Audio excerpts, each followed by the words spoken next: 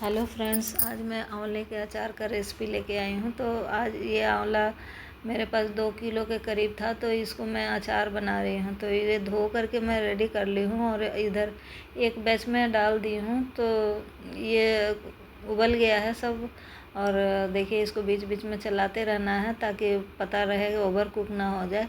तो इस तरह से देखते रहिएगा। और ये जो जब इसकी फांके अलग अलग होने लगे, ये इसमें क्रैक आ जाए, तो समझिए कि ये हो गया है। तो इस तरह से मैं निकाल ले रही हूँ और दूसरा बैच भी डाल दूँगी।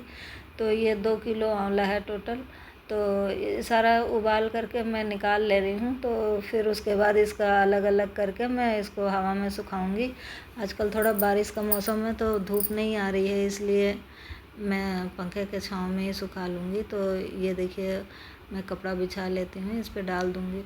और ये सबको मैं ठंडा करके और इसको एक एक करके अलग अलग कर दूँगी। ये बहुत ही आसानी से हो जाता है। तो सबको अलग अलग कर लेना है और अच्छे से बिछा देंगे, थोड़ा हवा निकाल देंगे, हवा में लगा देंगे। और ये जो पीछे का पार्ट था, ये डंडी के पीछे वाला, तो वो उसको ज़रूर निकाल लीजिएगा। तो इस तरह से ये मैं सारा फाके कर ली हूँ। अब ये मसाला है, तो इसमें ये पीला सरसों है, ये काला सरसों है, आधा आधा कटोरी है दोनों। और ये सौंफ है, ये भी आधा कटोरी है। ये धनिया आधा कटोरी से थोड़ा कम है। और ये 4-5 मिर्ची है। और ये जीरा है, 2 चम्मच के करीब है। और ये 2 लौंग ले ली हूँ और आधा चम्मच काली मिर्च है। और ये है मेथी दाना आधा चम्मच। और ये अजवाइन है आधा चम्मच। और ये कलौंजी है 1 चम्मच के करीब है ये भी।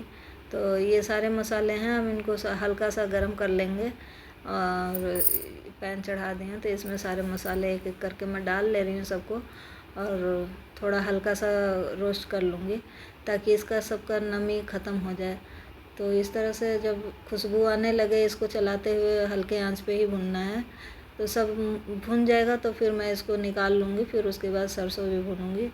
तो ये हो गया है, तो अब निकाल दी हूँ। अब ये सरसों डाल दे रही हूँ, दोनों सरसों एक साथ ही डाल दूँगी। तो ये भी हल्का सा करना है, बहुत ज़्यादा नहीं करना है, नहीं तो इसका टेस्ट ख़राब हो जाएगा। तो हल्का हल्का इसको भी रोस्ट करना है। और ये भी इसी में निकाल लूँगी मैं। और बाकी का ये लौंग रह गया था, तो इसमें डाल दी हूँ कलौंजी के साथ। और ये मिर्ची इसी में, इसको भी गर्म कर लेंगे।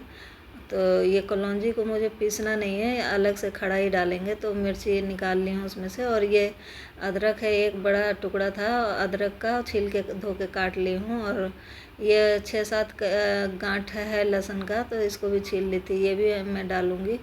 आप नहीं डालेंगे, नहीं डालना चाहते हैं तो ना डालें। मैं इसको थोड़ा दरदरा कर ली हूँ मिक्सी के जार में डाल के। तो ये रेडी हो गया। अब इसी में मैं मसाला डालूँगी। तो मैं सारा मसाला एक साथ डाल दे रही हूँ इसमें। और साथ में ये हल्दी डाल दी हूँ 2 चम्मच। और 3 चम्मच मैं इसमें नमक डाल दी हूँ, बड़ा चम्मच है, भर भर के डाली हूँ। और सब डाल दूँगी। और साथ में ये रेड चिली पाउडर है, कश्मीरी वाला, थोड़ा सा कलर के लिए, इससे अच्छा कलर आता है। तो ये दरदरा कूट ली हूँ। और ये जो लहसुन है, अब इसको भी इसी में डाल दूँगी ताकि ये अच्छे से मसालों के साथ मिक्स हो जाए। तो एक बार इसको भी डाल के मैं चला दूँगी। तो ये हो गया है। देखिए कितना अच्छे से मिक्स हो गया मिक्सी में। ऐसे तो अच्छे से नहीं मिक्स हो पाता है। तो इस तरह से ये दरदरा ही रहेगा, मसाला बहुत बारीक नहीं रहेगा। और ये तेल है, एक बड़ा कटोरी के लगभग है, ये गरम करके मैं ठंडा कर ली थी। तो मेरे पास अभी हींग नहीं था, नहीं तो हींग होता तो इसी में डाल दिए होते मसाले के साथ। मैं बाद में ऊपर से डाली थी, तो हींग मंगा के फिर बाद में मैं डाली हूँ। तो ये आंवला इसी ऑयल में डाल दी हूँ। और आंवला के साथ ये मसाला भी इसी में डाल दे रही हूँ। तो ये सारा मसाला इसमें निकालने के बाद मैं इसको मिक्स करूँगी। तो देख लेते हैं। और ये कलौंजी जो मैं रखी थी अलग से गरम करके, तो इसको ऊपर से डाल दूँगी। तो इसको सबको मिक्स करना है। थोड़ा सा हल्दी कम लग रहा था, तो मैं और 1 चम्मच हल्दी डाली हूँ। और थोड़ा चिली फ्लेक्स डाली हूँ, और थोड़ा नमक भी डाली हूँ क्योंकि कम लग रहा था।